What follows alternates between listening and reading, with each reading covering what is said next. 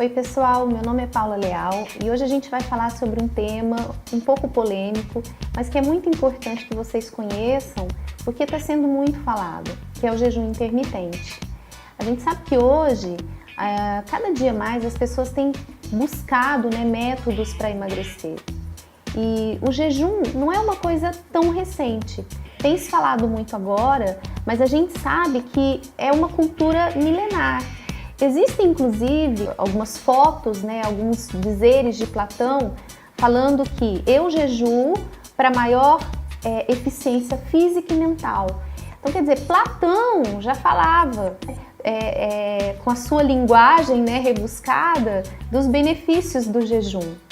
E os cientistas têm estudado cada vez mais esses benefícios. A gente não fala só, você vai ver que a gente não vai citar só emagrecimento, mas a gente vai falar inclusive de benefícios para a saúde mesmo. Então vamos lá. O jejum intermitente, quando a gente fala em jejum, a gente já pensa de cara em coisas negativas, ficar sem comer, em catabolismo, em queimar massa muscular. Mas as evidências mostram que não é bem assim que a coisa acontece. O jejum intermitente não é um jejum de passar fome, é um jejum programado. A pessoa programa o seu jejum. A gente vai falar como que funciona um pouquinho mais para frente. Mas quais seriam os benefícios do jejum? O que esse jejum teria de tão especial para a nossa saúde? Quais seriam as vantagens de você fazer o jejum? São várias as vantagens. A primeira delas, normalização dos níveis de leptina e insulina. Então, segundo alguns trabalhos, o jejum ele tornaria as nossas células mais sensíveis à insulina, o que é muito bom, porque isso acabaria por reduzir algumas doenças metabólicas, como o risco de diabetes, o pré-diabetes, a síndrome metabólica, que eu vivo falando para vocês. O jejum normalizaria os níveis de grelina, que é o hormônio da fome, diminuindo assim a fome. Promoveria a diminuição dos níveis de triglicerídeos, que são vilões, quando o assunto é saúde. Segundo trabalhos, haveria um aumento astronômico de GH. A gente vive, buscando alternativas para aumentar o GH, que é o hormônio do crescimento, o hormônio da juventude. Uma redução inflamatória e de danos por radicais livres. Então, segundo trabalhos, o jejum seria um antioxidante. Uma melhora no funcionamento de memória, aprendizado do cérebro como um todo. Vários trabalhos mostram que existe uma melhora, um aumento muito importante da cognição em idosos que jejuam. Segundo alguns trabalhos, os idosos que fazem jejum, eles têm a melhor memória, um índice menor de doenças degenerativas, porque o jejum parece que, por algum mecanismo, ele promoveria alterações neuronais extremamente benéficas. Inclusive, trabalhos têm mostrado que crianças epiléticas que praticam o jejum, elas têm menos frequência de crises convulsivas também por essas alterações de estímulo neuronal. Então você vê que assim, vai muito além dos benefícios estéticos. Manutenção dos níveis de HDL, o que é muito importante, porque a gente sabe que dietas muito restritivas, elas podem fazer com que o HDL caia. E nesse tipo de dieta de jejum intermitente, o que se observa é uma manutenção ou até um leve aumento do HDL, que a gente sabe que é um protetor cardiovascular muito importante. Um aumento no tamanho das partículas de LDL. Sabemos que o LDL, é bom que essas partículas de LDL sejam aumentadas, Quer dizer que o LDL é mais benéfico, é menos nocivo para a nossa saúde. Uma manutenção na taxa de metabolismo de repouso, também comparando com dietas muito restritivas. Eu já falei sobre isso em alguns artigos na página, falando que quando a dieta é muito restritiva, você tem uma redução metabólica por alterações hormonais.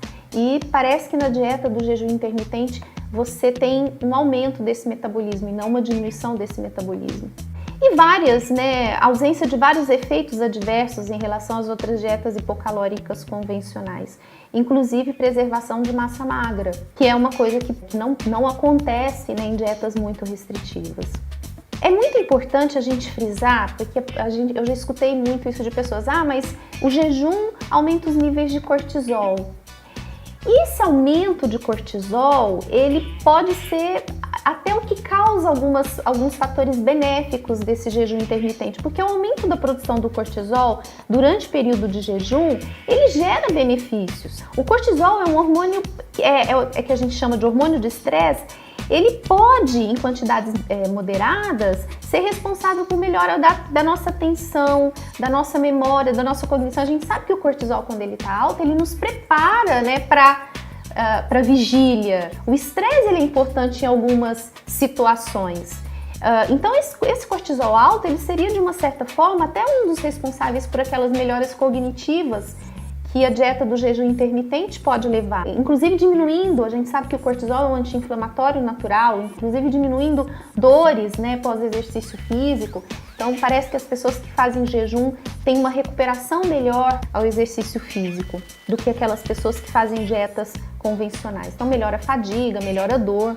Então isso é muito importante. E o envelhecimento saudável, né? Tem trabalhos mostrando que pessoas que jejuam por aquele aumento de antioxidantes, diminuição de radicais livres, tem, né, fatores de longevidade a seu favor, ficam mais jovens, né, em outras palavras, de uma maneira simplista falando. Muito importante isso, que a ciência tem estudado bastante, redução de desenvolvimento, de progressão de alguns tipos de tumores. Então tem se mostrado de maneira bem séria que a dieta do jejum intermitente, ela é super importante na resposta à radioquimioterapia.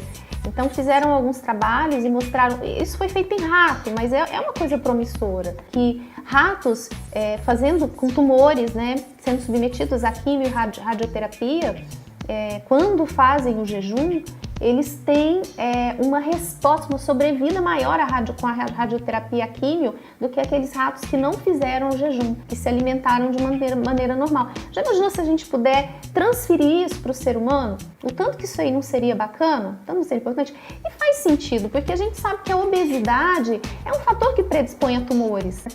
A gente já falou isso várias vezes, que a obesidade predispõe a pessoa a ter alguns tipos de câncer. Então faz todo sentido a gente pensar que de repente o jejum, por melhorar todos esses fatores, essa sensibilidade à insulina, redução de síndrome metabólica, poderia levar também a uma melhor resposta, né, de tumores. Seria legal. É uma coisa que, se a gente pudesse transferir, seria muito interessante. Bom, agora que a gente sabe desses benefícios, como que poderia ser feito esse jejum? Como que uma pessoa poderia fazer jejum? Qualquer um pode fazer jejum? Não é bem assim, né, gente? Para você fazer um jejum intermitente, você tem que ter um mínimo já de experiência, de preparo, o hábito de ficar algumas horas sem comer. Uma pessoa que está acostumada a comer de 3 em 3 horas ali, bonitinho, ter uma reserva de gordura baixa, ela não vai fazer jejum intermitente, ela vai sofrer com jejum intermitente, ela vai ter efeitos colaterais no início. Então tem que tomar muito cuidado, não é para qualquer pessoa. O jejum intermitente, ele pode ser feito de várias maneiras, né? Como eu falei, ele é um jejum programado, você programa o tempo de jejum que você quer fazer. Normalmente, o mais feito, né, o mais frequente aí pelas pessoas que praticam o jejum é o jejum de 16 horas. Então pode ser feito de várias maneiras. A pessoa pode aproveitar a janela de 8 horas de sono, de jejum, e ficar mais 8 horas no outro dia sem comer. Ela pode ficar 4 horas antes de deitar sem comer, pegar mais 8 horas do sono, que já daria 12 horas, e ficar mais 6 horas sem se alimentar, quer dizer, ali se alimentar, por exemplo, na hora do almoço ou às 2 da tarde. Então, a pessoa que vai escolher a melhor maneira dela dividir essas horas de jejum, dela fazer essas horas de jejum. O que eu sempre oriento é que, assim, ao contrário do que algumas pessoas falam, nas outras horas você pode comer o que você quiser à vontade. Eu acho que tem que se dar uma importância especial ao que você come nas outras horas. Eu acho assim, você não precisa restringir calorias, mas comer alimentos com densidade nutricional boa, para você ficar bem nutrido para as próximas horas de jejum, seria muito importante. Então dá preferência a carboidratos complexos, né, evitar os carboidratos simples, que dão muito pico de insulina, que pode, né, levar você a ter risco de ter uma hipoglicemia reativa. evitar bebida alcoólica, evitar porcaria. Já que você está fazendo um jejum, quando você puder se alimentar, que você coma coisas que te beneficiem de alguma forma, sem se preocupar muito com caloria, mas que te nutram, né, de uma maneira verdadeira. Eu acho que isso aí seria muito interessante. Algumas pessoas, elas não conseguem ir começando de cara com um jejum de 16 horas, então existe também o jejum de 8, o jejum de 12 horas. Então, tem aquela pessoa que começa ficando 12 horas só em jejum, quer dizer, ela pega aquela janela das 8 horas de sono e não toma café da manhã. Existem várias pessoas que ficam sem tomar café da manhã, a coisa mais tranquila do mundo, e só vão comer na hora do almoço. É uma maneira de fazer jejum intermitente também. Então, assim, para quem está começando, normalmente pode começar com essas horas menos horas, né? E depois ir progredindo, de modo que tem pessoas que conseguem fazer jejuns de 24 horas tranquilamente bem e com vários benefícios. Lembrando que os trabalhos mostram também que quanto mais longo o jejum, maiores os riscos de você ter os efeitos colaterais, inclusive o catabolismo. É uma coisa que todo mundo questiona muito. Ah, mas espera aí, você vai fazer jejum intermitente, você vai perder sua massa muscular. E os trabalhos mostram que não é bem assim. Segundo alguns trabalhos, quanto menor a massa muscular prévia, né, ao jejum intermitente, maior a tendência que aquela pessoa tem realmente de perder massa muscular. Uma pessoa que faz um jejum intermitente, que tem uma boa massa muscular, que pratica musculação, que não vai parar de fazer exercício físico, e a gente sabe que a musculação é o maior sinalizador para ganho de massa muscular, tem que fazer. Ela dificilmente vai ter um catabolismo com um jejum de 16 horas. Então, até porque a partir de 6 a 8 horas é que aquele glicogênio vai ser completamente ou quase todo, né, consumido para você começar a queimar gordura. Então, não é bem assim que as coisas são. Ah, não, eu vou fazer jejum e vou catabolizar. Mas o que a gente diz também é o seguinte, é o que eu falei, se você é uma pessoa que tem pouca reserva, né, que tem uma massa muscular já bem baixa, que está aí batalhando para ganhar massa muscular e que tem assim já uma tendência a fazer hipoglicemia, que tem necessidade de comer a cada 3 horas, esquece fazer jejum.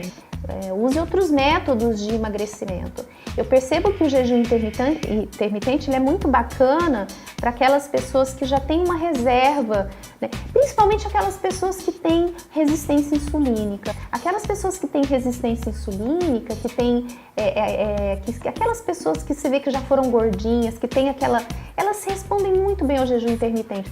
E normalmente são pessoas que já não tomam café da manhã, que já têm a mania de comer poucas vezes ao dia. Então, pegar essas pessoas e adaptar para um jejum intermitente pode ser muito benéfico para que elas percam peso. Então, tem perfil, viu, gente? Não é qualquer um que vai ter que sair fazendo jejum intermitente, tá? Outra coisa, o jejum intermitente é uma coisa que eu sempre gosto de falar, é uma coisa que está sendo estudada ainda, viu, gente? Existem vários trabalhos mostrando prós e contras de jejum intermitente. Eu vi um trabalho recente feito numa universidade, onde eles mostraram que os ratos que fizeram jejum intermitente tiveram vários efeitos colaterais de perda de massa muscular, de ganho, de diminuição de metabolismo, vários efeitos negativos. Só que aí eu fui analisar o trabalho e eu vi que era um jejum de 24 horas e eu estava dando uma olhada, o jejum de 24 horas no rato ele equivale a um jejum de quase 3 dias no ser humano. Então eu não sei se a gente pode levar esse tipo de trabalho muito em consideração, transferir ele, né, para a nossa realidade. Mas tem trabalhos mostrando coisas muito positivas e alguns mostrando coisas não muito positivas. Então a gente tem que balancear isso aí. Mas de modo geral, existem mais coisas positivas do que negativas. Bom, pessoal, eu falei desse assunto para vocês porque é um assunto que é bem polêmico, tem se falado muito nele. Não estou estimulando ninguém a fazer jejum. Eu, particularmente, sou o tipo de pessoa que eu não consigo usar esse tipo de método para mim, porque eu tô acostumada a comer várias vezes ao dia, eu gosto de me alimentar, eu sinto prazer em comer e gosto de comer a cada 3, 4 horas. Tenho uma reserva baixa de gordura, não tenho intenção de perder gordura, gosto da maneira como o meu corpo responde à minha dieta. Então, assim, é mais uma estratégia. Eu acredito muito em individualidade. Eu acho que existem perfis para todas as estratégias, desde que elas tenham embasamento científico, desde que elas sejam lógicas, desde que a gente use o bom senso e desde que haja realmente um nutricionista acompanhando você e te dando todo o respaldo necessário e toda a orientação necessária para que você possa fazer esse tipo de dieta. Então não vá se atrever a fazer dieta de jejum intermitente sozinho, porque você pode se dar mal. Não vai olhando ali a colega, a blogueira, o fisiculturista, que são pessoas que já estão acostumadas a levar o seu corpo a extremos. Então procure um nutricionista, procure uma orientação, faça exames, veja como estão seus níveis hormonais, vamos ver tudo bonitinho para você fazer uma coisa bem direcionada, bem certinha. E quero aproveitar também para agradecer vocês pelas mensagens, pelas sugestões, pela participação na página, que é sempre muito bem-vinda, muito positiva. Obrigada de coração. São vocês que nos impulsionam a querer estar sempre pesquisando, sempre melhorando, a gente está sempre procurando crescer por vocês, para tentar passar essas informações para vocês.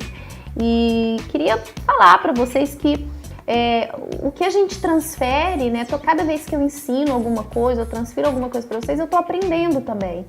Então, quer dizer, direto ou indiretamente, vocês estão me ajudando também a aprender e a me tornar uma profissional melhor. Um grande abraço para vocês e até a próxima!